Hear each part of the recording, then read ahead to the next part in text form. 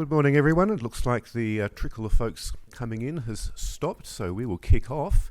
Welcome to the session on Australia's ConnectID digital identity program. It's just possible that some of you haven't been intimately involved with Australia's digital identity journey. So we're going to set some context first before we start the panel discussion. And I'm going to invite Andrew Black to come up and give us a run through what Australia's ConnectID program is, and if we're lucky, a short video. And we'll see how that goes. Andrew. Thank you. Thanks, Chris. Thanks for promising a video that's almost definitely not going to work. But morning. Thank you for coming, and I'm very conscious that we're following a session that was VCs giving money away, so it's a pretty tough act to follow. But as Chris said, so I'm going to be death by 1,000 clickers. So I'm Andrew Black. I'm the Managing Director of ConnectID, which is part of Australian Payments Plus. We run a sort of set of national infrastructure, which I'll touch on a little bit more, but we really wanted to share today a little bit about how we've co-created with major banks, major partners to build national identity infrastructure in Australia. I'm a Scot masquerading as an Australian, but what we wanted to do first is just set a little bit of context. I see some familiar faces, but I'm hoping there's not all Aussies in the room, otherwise this is going to be an absolute waste of 10 minutes. But to start off with, brilliant, clickers class. Let's just set a little bit of context. So Australia, huge, big, safe island, miles away from anywhere. Only things that are dangerous are the animals within it, except this keeps happening, right? So over the last couple of years, we have continuously seen data breaches, cyber attacks, and whilst Australia doesn't lead the market in every aspect, we are in an Olympic year pretty close to being gold medalists in data breach Olympics, right? So we've continuously seen, he says with absolute force in the clicker, major breaches, right? Major telcos, major Medicare providers. I'm sure everybody in this room has already seen the Ticketmaster news as well over the last sort of 48 hours. So it just continues to pile on and add to, what is, pretty significant, right? And some of the numbers are pretty terrifying. Sort of 2 in 3 Australians in the last couple of years have been a victim of one of these breaches. So it really impacts everybody and hits kind of home pretty spectacularly. And the size of the market in Australia is, again, pretty significant when it comes to identity. We process sort of broadly 2 billion transactions a year with regards to identity. And whether you take McKinsey, Deloitte, our own sort of Department of Economics, the opportunity for digital identity sits at around sort of 3 to 4% of GDP. And again, for a bit of context, the Australian sort of GDP ranks as about sort of 13th globally. So it's not an insignificant number, right? It's sort of, close to, I think it's sort of 1.7 trillion, dollars in terms of the size of GDP and the size of the opportunity. And that opportunity is sort of largely born out of some of these key areas, right? So we've seen fines increase spectacularly over the last couple of years for the penalties for businesses if they fall foul of the Privacy Act. Again, more than half of Australians have sort of been impacted by these breaches. And we see the federal government investing significantly in trying to help create a national framework for it. But the average cost for businesses is still spectacular when it comes to the impact of each data breach. That's compliance, that's payments back to customers, it's the recovery, the process of it all. So it's a pretty spectacular sort of size of opportunity. And Chris is now concerned that I've just done the most uplifting, motivating start as a Scottish optimist that I am. The picture's pretty bleak, right? But this is where we think ConnectID is sort of pretty well equipped to help, right? So that's sort of the size of the opportunity and where we are. And just a little bit more about Australian Payments Plus is that the name is new probably to even most Australians. So the company's only about 2 years old. We merged with BPay, FPOS, and MPP. And for those who aren't familiar with Australia, those are sort of the domestic payments infrastructure providers. So we run close to half of all the debit card transactions in Australia. We're the domestic alternative to MasterCard and Visa in simplistic terms. And we provide account-to-account payments. We process billions of dollars worth of transactions every day. And we run schemes. We run networks, right? So that's sort of where we sort of feel that experience and sort of, I guess, expertise in running networks equips us quite well. And these are some of the building blocks that we have. So we run account-to-account payments with something called the MPP, New Payments Platform. We have a wallet. We have a peer-to-peer payments wallet called Beam, which has around 2 million users. We're sort of primarily 20 to 35-year-olds, and 2 million is a lot for Australia. It's the largest, I guess, non-tech big wallet, a non-big tech wallet in Australia. And then obviously we have ConnectID. So these building blocks, again, we think are really, really important to building a healthy infrastructure and building a really strong and vibrant digital economy, right? And that's really important, right? So it's not to be overlooked. It's really important to have because, you know, as most in this room will know and sort of be probably fairly au fait with, data sovereignty is something that's becoming more and more important, especially in Australia. Having standards, setting clear standards, working with global open standards, and I'll not steal thunder of the panel to discuss that, but it's important to have that. And it's important to have a strong domestic player because we see in other markets, in particular the UK, which is sort of my home market, you know, where you don't have that, prices increase, right? So prices for businesses increase, which then gets passed on to consumers where you don't have a strong domestic player. And we see that impact always flows on to consumers and to customers, right? So it's vital to have. It's vital to have that sense of control, to have that sense of data sovereignty, and have a strong, healthy local market, in our opinion. So that brings us on to what is ConnectID. So we're a digital identity network. Who have clickers, I promise.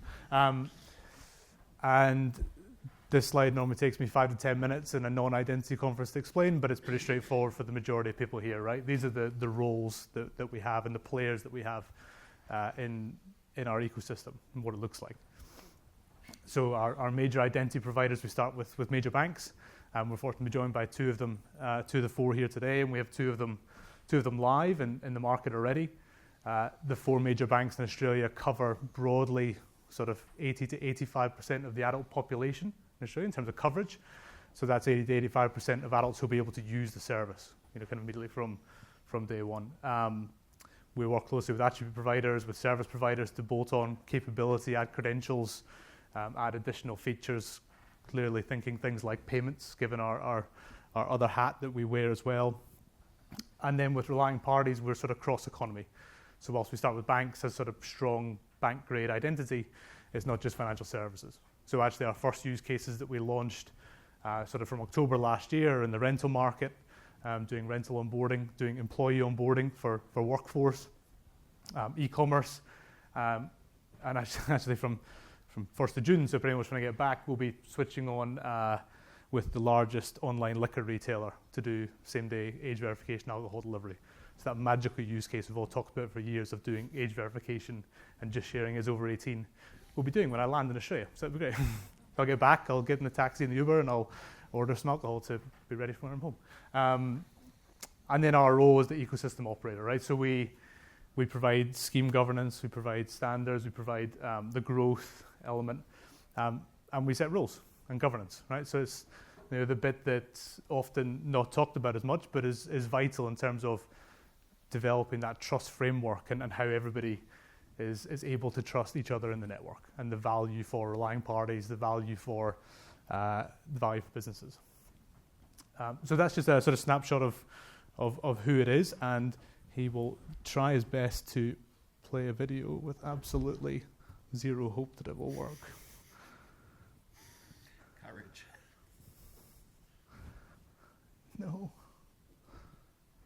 No, obviously it wasn't going to work. Class. Okay, good. But thankfully I put this slide in because I knew it wasn't going to work. So this is what it looks like, right? So one of our kind of core philosophies is, help me, Chris, make it work. Sorry, which one do you want? Oh no, well, we'll stick with that. All good. So this is what it looks like for customers, right? And sort of to bring it to life. Again, some of our core philosophies are around how do we keep this simple for customers? You know, how do we make sure that it's something intuitive, it's something they already have on their phone? So this is what the experience looks like, and again, familiar for many probably in the room as a sort of concept. You know, again, we've tried to borrow and use best practice and standards across the world from a mixture of different regimes and countries and compliances. But for a customer, they'll land on our Line Party site. This is fake energy company, Synergy. And instead of the usual normal long onboarding process where you take a photo of a document, which is super safe, you click on ConnectID, right? Verify with ConnectID. And then you see our identity provider selector, or IDP selector, where you just choose from your provider, right? So at the moment, we'll see 2 banks there, and by the end of the year, we'll see four major banks there. And as a customer, you just choose your provider, okay? And then you're directed to that experience. So if you choose National Australia Bank, or if you choose Commonwealth Bank or Westpac or ANZ, you'll go to their mobile app or go to their experience, and you'll log in the same way you would today, right? So it's nothing new, no new app to set up, no new app to download, no new process.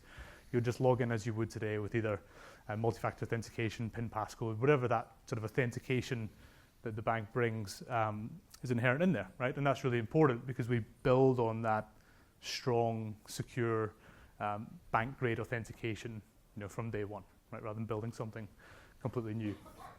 As a customer, you'll see what's being asked of you. Again, seeing the data fields that the RP is asking for.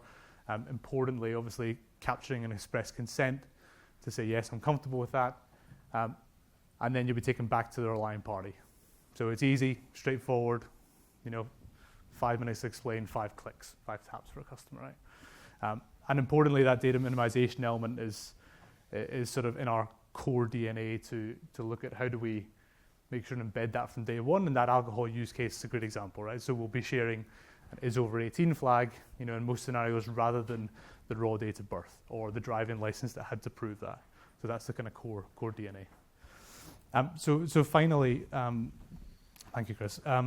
Finally, these are sort of the core, I guess, tenets that we use and sort of think about when we've been building this and building it as an ecosystem, building it as a group, and that's where we've sort of tried to learn from others as well as co-create, and that's sort of the framing for what I'm confident will be an awesome discussion here today, to bear these in mind, making sure it's safe and sound for customers, making sure we're using trusted sources and trusted pillars of society, right? Who do you already trust? And Brad touched on that yesterday.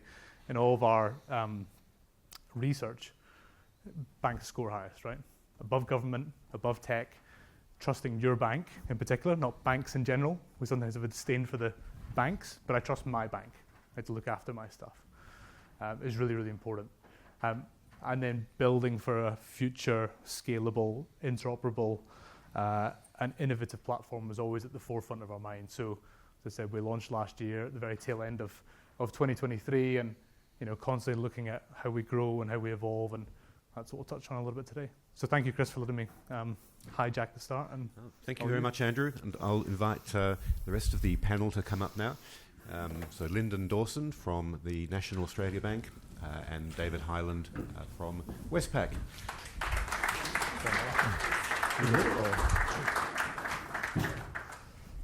All right. So please feel free to jump in with questions during the discussion, but we might just kick off with David, if you want to tell us about your thoughts of the path that got us here, what the big lessons are, and for everybody else who's looking at putting in a national digital identity program, what hot tips you'd give them to get started. Yeah, I got involved with ConnectID pretty much in the beginning. Oh, sorry. Do you want to just quickly introduce yourself in a little more sure. detail? Because I was a bit more, brief. okay. I was a little brief. Dave Hyland. I'm Principal Architect at Westpac for Open Banking and Digital Identity. I was involved in ConnectID from pretty much the beginning of, I guess, its current iteration. There were a few iterations and attempts at ConnectID or a form of it before that, but I got involved when we got into more the FAPI-based approach that we're taking today. Part of what we wanted to do, what we did then, and I remember a lot of the conversations in the advisory committees were just got to keep it simple. And MVP is really, really important, because I think that you just need to get the thing going and demonstrate the technology works. And I think there is so much technology and so many new things there for people to understand that you don't want to overcook it at all. Additionally, through that process, because we were using new standards and things like that, consulting with the experts is really important. Fortunately, we had Dima Postnikov there, heading off as Chief Architect for ConnectID, and obviously leading the way with the standards there. But also we brought in other members of OIDF to help us out to understand, how we should do things, what we learnt from, I forget now, other use cases where they had identity sharing. I forgot the name of it. The yes.com came along and told us about their experiences. And also we had other people come along and told us about app-to-app authentication and how they would work based upon the experiences of EU. So I think getting that experience from other places across the world is super, super important. And from Westpac, again, it's keeping it simple. When we went about it, we didn't want to boil the ocean. There's lots of things to learn and understand, and there's not a lot of skills in the market that know how this works. Not just from a technology perspective, but also from a business perspective as well. So keeping it simple, I think, is the number one thing from a technology perspective, that's for sure. And Lyndon, do you want to introduce yourself and maybe give your thoughts on the path here? Yeah, thanks, Chris. Hi, everyone. I'm Lyndon Dawson. I'm a Senior Product Manager at National Australia Bank. I have some of my crew here. Thanks for showing up.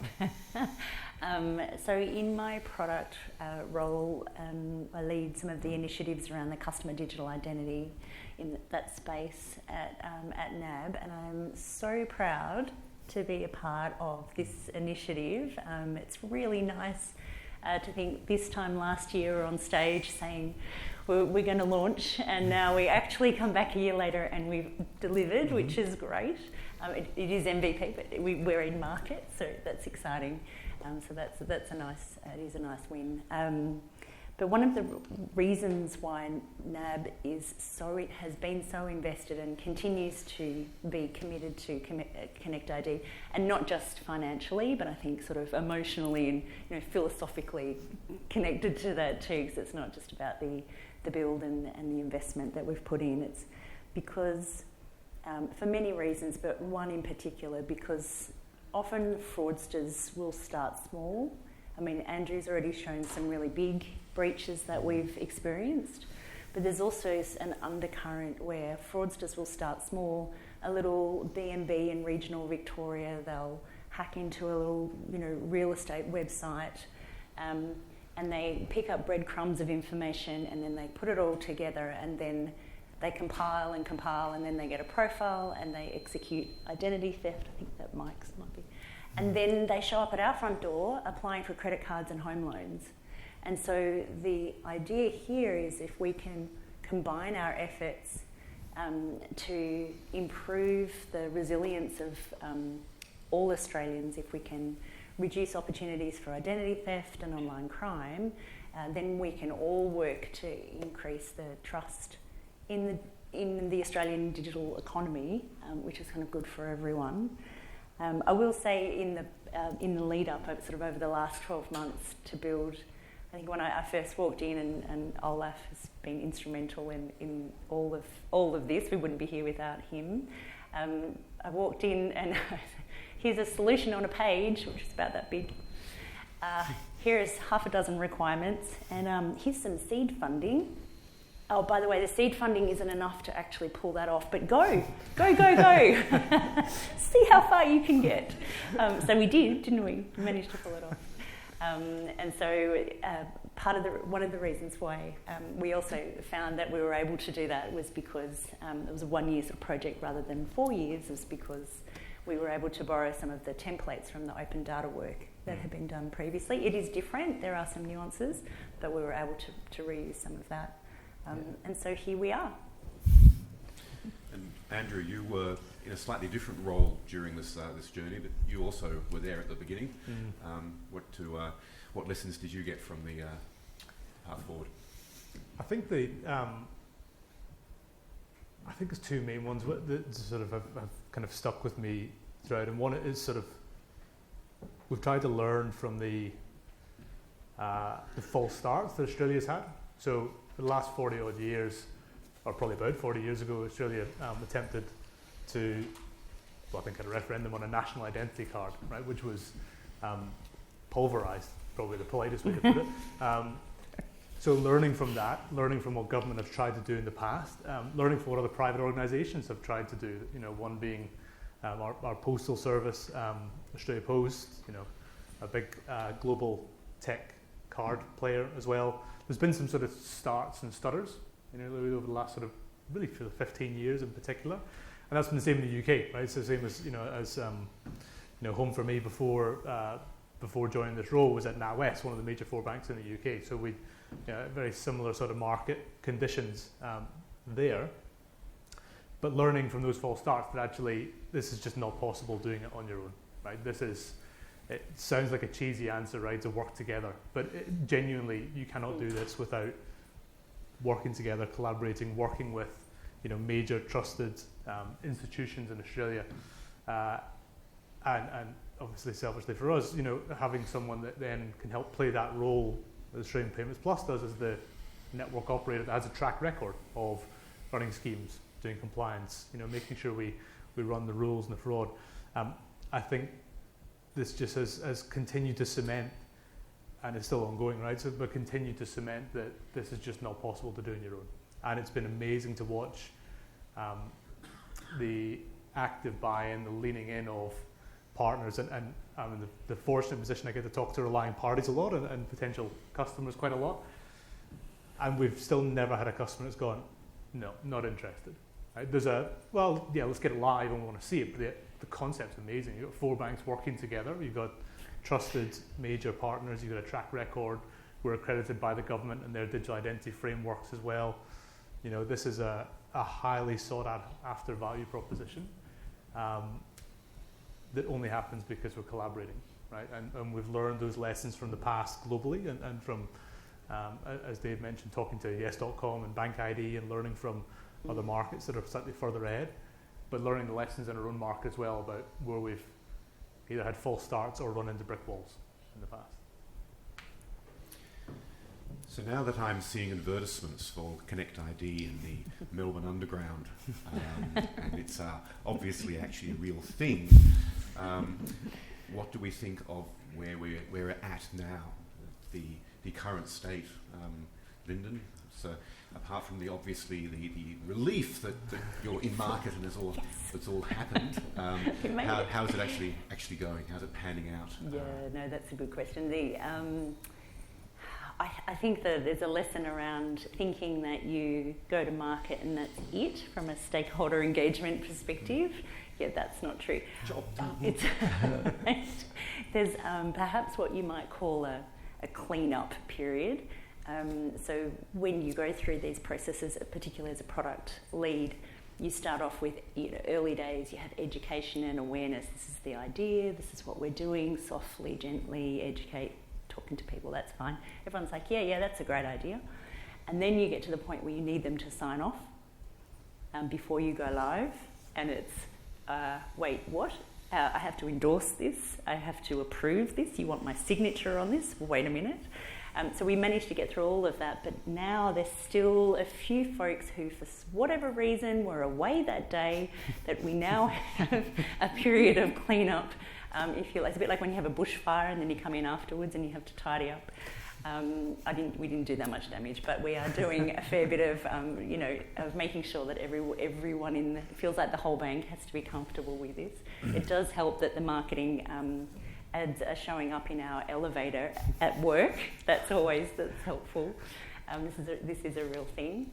I think also just from a day-to-day perspective, we're looking at we sort of understand the vision and the strategy, but we're looking at our roadmap in terms of our next big rock items, as well as doing some minor kind of uplifts on bits and pieces and things that we wanted to get done earlier.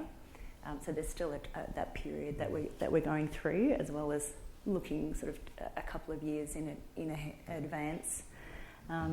It is helpful to have it in the wild, but we also have a simulator which we can use at any given time. So like a demo that shows pretty much how it works in the real world, so that people don't have to go and order a whole lot of alcohol to understand how it looks. Yeah, that's fun. I'm very disappointed we haven't covered the fishing license use case.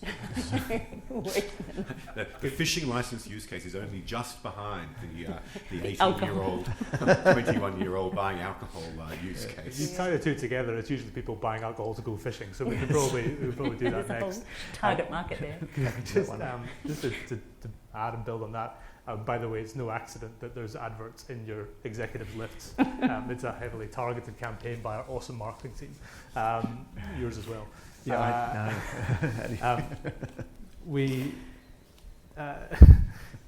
it's such a good point that this is not the time to take a victory lap, and this is not what this is, right? So, it's live.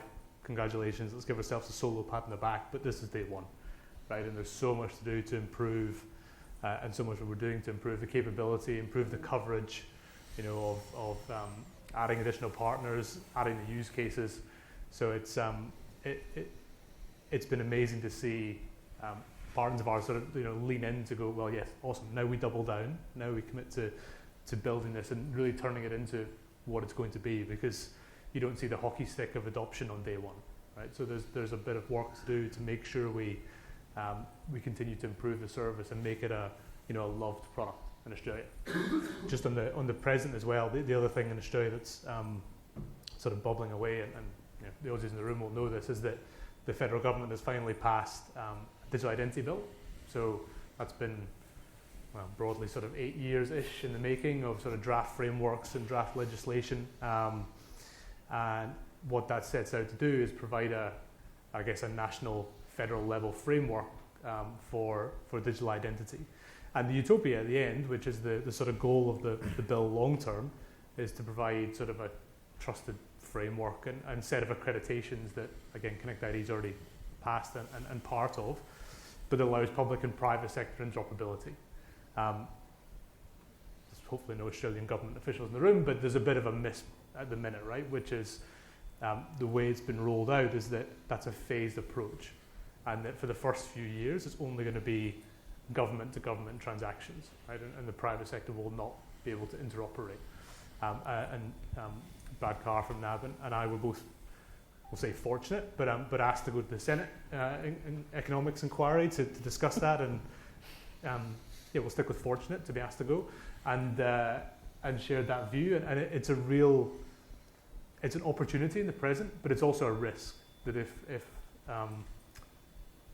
the government in Australia don't work and collaborate, as I guess we've seen as the sort of collaboration has sort of come to pass, there's a risk we miss the target at the end, right? And we diverge into a private sector system and a public sector system. And that's what we've seen from Australians throughout is not what they desire, right? They don't want to have to have multiple different things, and in some circumstances be able to see their bank, in some circumstances their government ID. That's a real risk and a real shame if that's where we end up. So there's a lot of work to do, and it certainly won't slow down what we're doing in any way, shape or form. There's still a huge demand from the market and from customers and partners. But it's something that in our present is really conscious that there's the right intents, but a lot of work to do to make sure that we build something that works for all Australians rather than just for sector by sector basis. And what are your thoughts, David? Where are you at? So Westpac is one of the banks that aren't yet live. We're still going hard, and Andrew, the marketing campaigns in your list. Andrew keeps making sure that we're still going hard, and yes, we are still going hard. And interestingly, it was probably lift elevator that was the catalyst to actually get the whole thing accelerating again.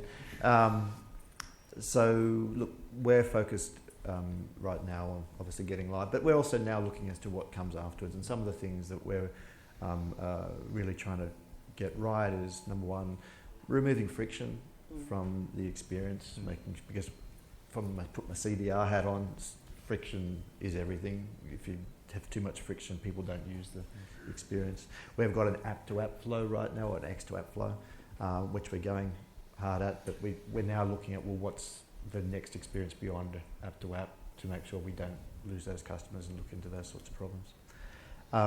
And the next big one is, I guess, in reference to, I guess, some of the newspaper clippings you put on the screen before, getting ahead of the game on fraud, looking at shared signals framework, implementing that standard within ConnectID to make sure that if some incident of fraud occurs within a relying party, as soon as it's logged, essentially the identity providers can be aware of that and start acting on it straight away. So even though we're not yet live yet, we're moving into that next stage right now and looking at how do we solve for those problems and protect our customers and make sure our customers love it and use it. And what about the future of the scheme, Andrew? Do you see it expanding into a much wider range of utility than straight identity proof? Do you think wallets and credentials, all the rage? There's some VC folks who were here earlier. Yeah, true, actually. Yeah, if they could come back, and it would be great. No, I'm incredibly excited, despite the Scottish tone and pessimism, about where we're going, right? And that's a few different things. So the opportunity for us and what's in front of us in a roadmap over the next few years is growth, fundamentally, and growth is sort of in three areas. So that's expanding coverage and choice, and we are firmly about individuals having choice of who their provider could be. So from major banks to potentially additional banks, to hopefully state, federal government, in the future, and other trusted organisations. So growing that choice and that ability for Australians to choose who they trust, right, is vital, for us. And also making sure we have growth and choice by inclusion, right? There's a huge population and percentage of the Australian community that's left behind by digital services. So we have to make sure that we cater there and we support there as well. Growth in use cases, so as you say, adding additional sort of capabilities to service, more complex use cases, so into financial services in particular as an obvious one, but also potentially into healthcare, telecommunications, more complex use cases that require additional attributes and credentials, but also stronger identity step-ups as well. And then the last one, which is why I've loved the last few days here so much, is looking beyond our own borders. Right, so we already do bits of work with partners in Asia and North America and in the UK, but bringing those to life is a huge area of excitement and opportunity for me, and what I've loved meeting people over the last few days that I've typically only seen on Zoom or Teams to discuss that, right, and talk about that and look at the opportunity for an Australian to travel here and use their Australian digital identity or vice versa, right, as well, when whether that's travel for students or work or wherever. Right? There's a huge opportunity there as well, and that's pretty exciting.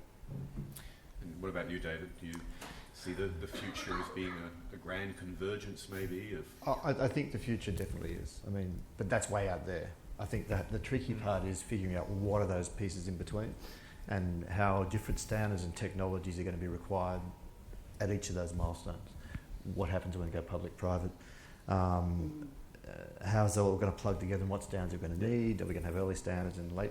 There's just so much to happen. So, and how that happens, and of course, again, being in CDR, I've been caught many times by saying, this is going to happen, and it never turns out as you think.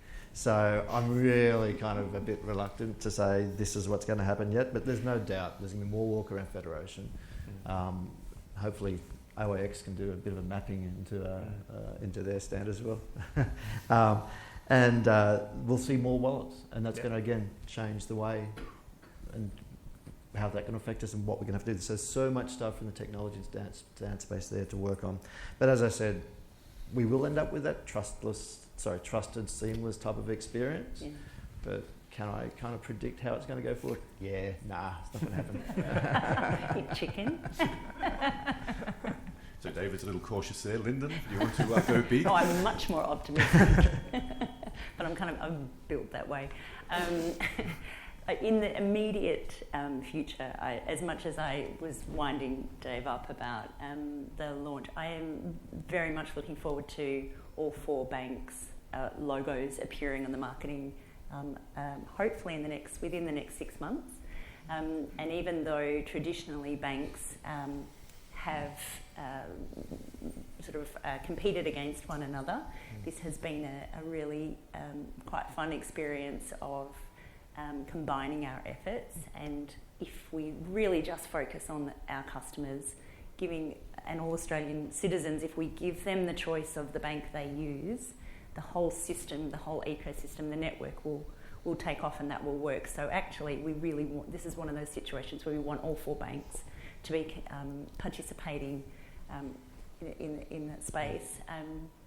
In the sort of further, maybe not so future, not too far away, I would like to see the attribute providers to really get engaged. And I know, Andrew, your team's out there engaging folks, and the context that that's in is we're acting at National Australia Bank as the identity service provider, but there's also another category within our scheme rules that we've all signed up to, which is around the attribute provider. So I think, for example, a university might be able to provide a verified attribute to a relying party. That may be where, if our human resources team wants to check that Andrew's qualifications are correct, or at least verify them. Verify them. And so there's another role in there between identity service provider and relying party, and it's the attribute provider. And I think there's a huge piece of growth there, and that's where we may benefit from different parts of the bank to that piece. That's, and then the whole wallet thing is where that's going to end up. That's the one I'm not making a call on that one. There's limits. Look, at this stage, I wonder if there's any questions from the oh my goodness. Awesome. You've been saving them up. You should have been interrupting more. These guys have been talking. I'll start from the front and work my way backwards, sir. Thank you. I hope you can hear me okay. We can. Gareth Ryanson from the Open Identity Exchange. I think you touched on this before about the concept of shared signals, and something that you would be looking towards, which I think is a very sensible thing to do. Yeah. Can you talk about your plans and aspirations for delivering shared signals? Yeah, I certainly can kick off, but fraud's a perfect example, right? So one of the, I guess the nature in which we've built the network and the scheme is that we envisage being able to share, and we do this a little bit at the moment more manually, not as automated yet, but where an RP or a line party has seen fraudulent onboarding, for example, right? So if I'm 17 buying the booze, right, is able to report that and flag it back to the network, and we're able to share that with the appropriate identity provider that it's come from as well.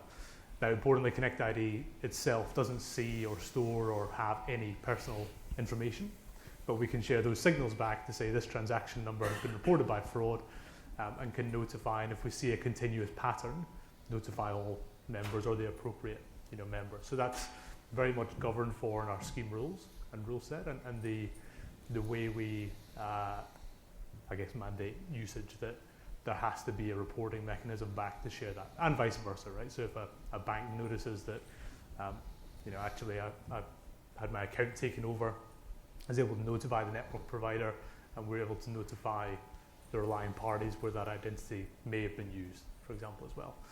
So that's one example where fraud is probably the most common one of that, not in fraud, but most common capability going forwards, to be able to share that and build that up. Yeah. Now I'm going to be doing a linear front first search, so gentleman over here next.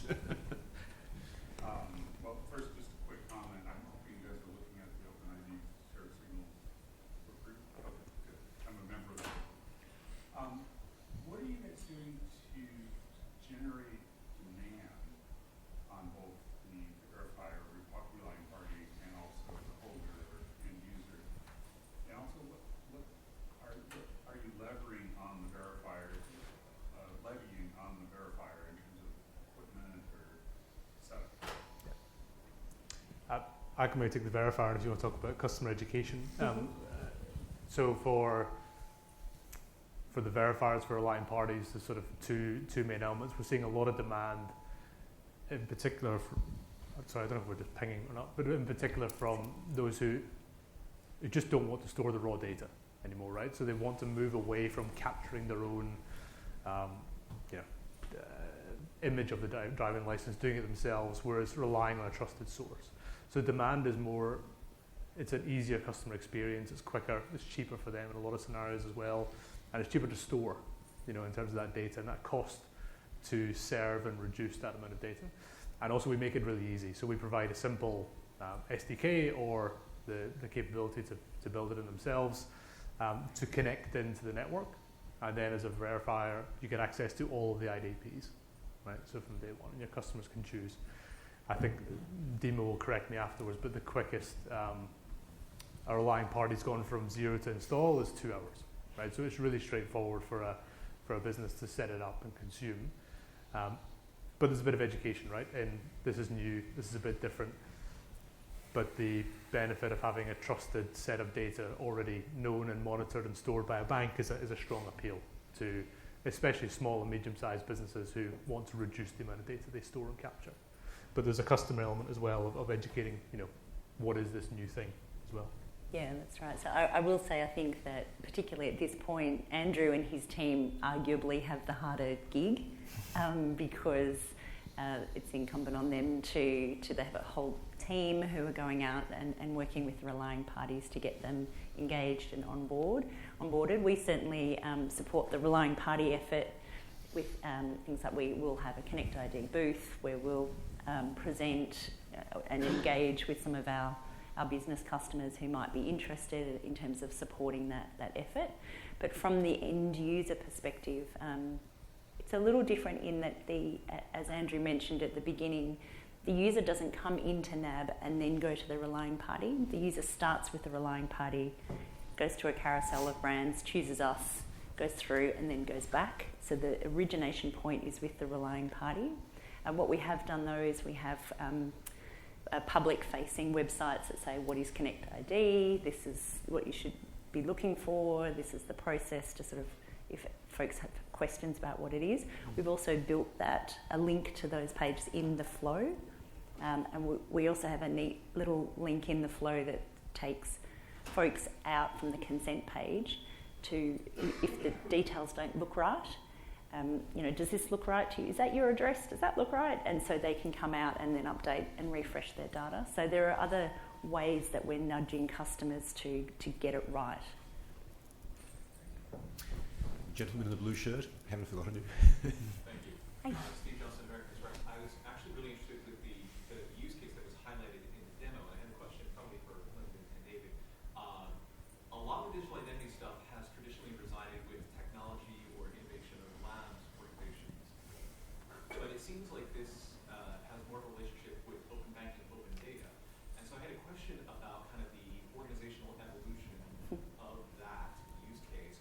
Were there any internal obstacles to getting that implemented, or were you able to kind of leverage the work happening in CDR and open banking to kind of jumpstart this? That's an awesome question because you are spot on. There was perhaps we might call it a bit of sibling rivalry when it came to funding time. There was a bit of that. It's more like a little bit of this. Who wants the last, bun? And we did certainly leverage previously built templates, but in ways that we diverge. Open banking or open data in Australia is about sharing the data. ConnectID's priority is minimising the data, so they're sort of philosophically coming at it from very different angles. But the way it worked for us and the reason we were able to pull it off is because we all roll up to a chief digital officer. And I think organisational structure helps. And Westpac, they sit in the same area as well. And we are obviously trying to, because it is a very similar technology stack, similar patterns, also similar from the people in the team knowing how things work. So they are converging. We'll add to that though. I found that for the open data folks in Australia in particular, they said, well, where are the rules from the ACCC? There's no rules. And so that was the beauty of working with on the scheme rules over a period of some years. Once again, shout out to Olaf. If you can imagine getting the lawyers of 4 banks in a room and getting them to agree on something, that took a couple of years before my time. But when it came to the design, the user design, it was very much working with the ConnectID designers and working with the techies. And in one case, one of our designers came up with a really neat way of presenting over 18 as a badge. And these guys said, hey, that's actually really cool. We'll throw that in the UX guidelines. So it's been a really different experience. Gentleman, oh, sorry, lady.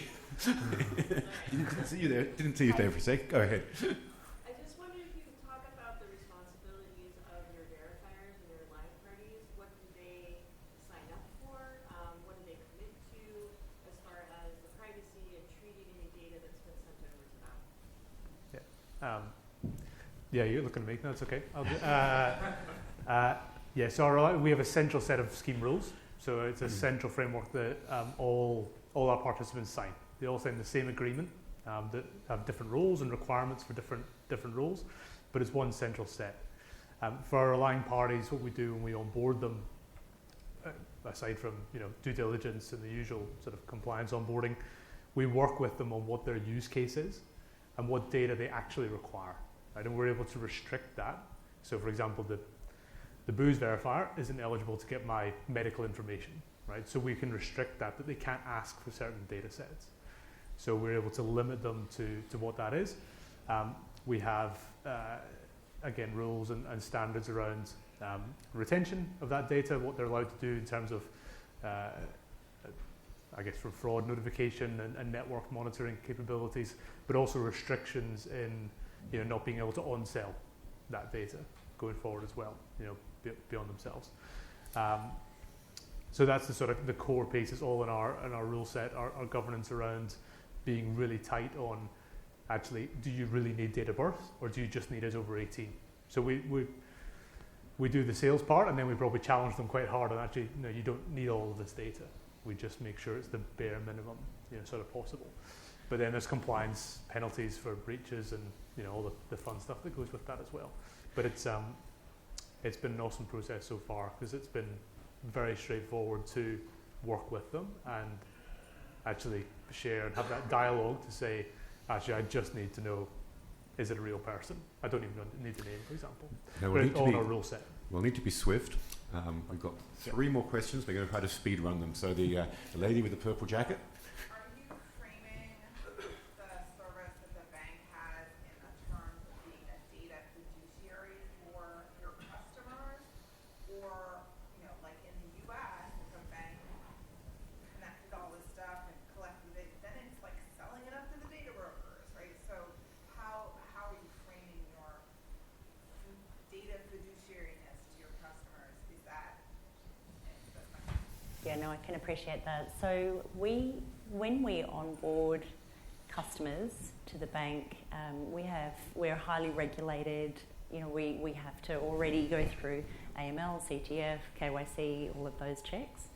And then we have a series of eligibility checks as well before you even get through the service. So, for example, at the moment it's only 18 and 18 and over.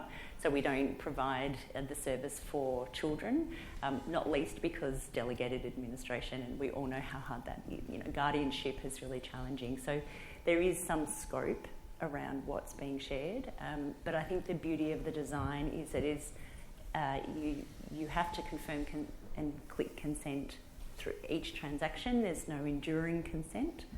And so what happens is we're surfacing that information back to the customer, and then the customer is reading terms and conditions and clicking I confirm consent, and then it goes back to the relying party. But we're not pretending that we're not imagining that we're going to rock up to the, it's high volume, low risk transactions. We're not presenting this data as though we're going to take it to the border patrol and control and you're going to use it instead of a passport. It's very much for those lower. There's also a bunch of privacy. I think the concern was about the bank on selling data and so forth. Mm-hmm. We have relatively strict privacy rules in Australia that are probably a lot closer to Europe than America. So it's not so much of an issue. So we're just letting our customers use the data they already have with us. So as part of them. Because I saw like you were pulling more attributes in from other places, and then I'm assuming you would collect more and more data that you're getting from other attributes. We're just sharing the data that the banks already hold. At the moment, in the future, there's this idea of an attribute wallet and so on. But maybe we'd love to talk about that after the session. The gentleman and then the gentleman in the blue shirt over here.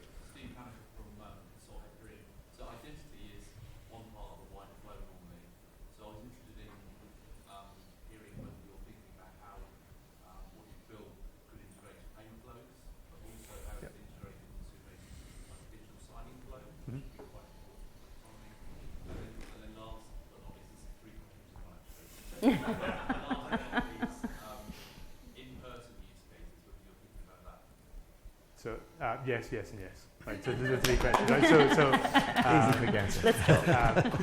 There was one more over there.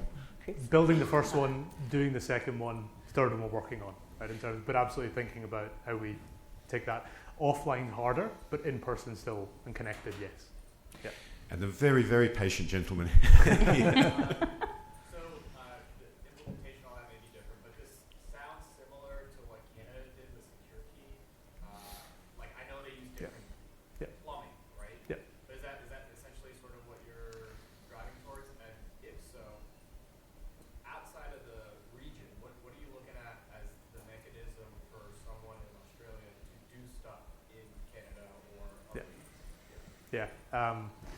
So different plumbing, but similar concept, right? As I guess now Interact sort of taking on that role with using Interact are probably, they're a cousin of ours, right? They run payments and identity, so very similar concept with the major banks.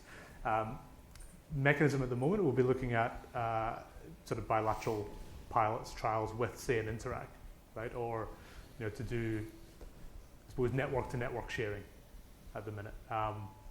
Dave and Lyndon, Dima and our wider teams are all looking at, along with sort of OpenID Foundation and our sort of, we work to global standards, right? So we've built on global standards to not have anything, bespoke for Australia, to make that, in theory, easier for when we get to that conversation. But at the moment, it's going to be working with those domestic leaders, such as Interact or BankID or not.com anymore, but it's me. To look at how we do that, but it's early. But we're hoping that the way we've designed and built is future-proof enough to make that easy technically and more difficult legally to probably do. Now we are at time, and I'm aware that we're standing between folks and lunch. So if you'd like to join me in thanking our presenters. Thanks, Chris. And if anybody is keen to continue the conversation, we'd love to see you up the front.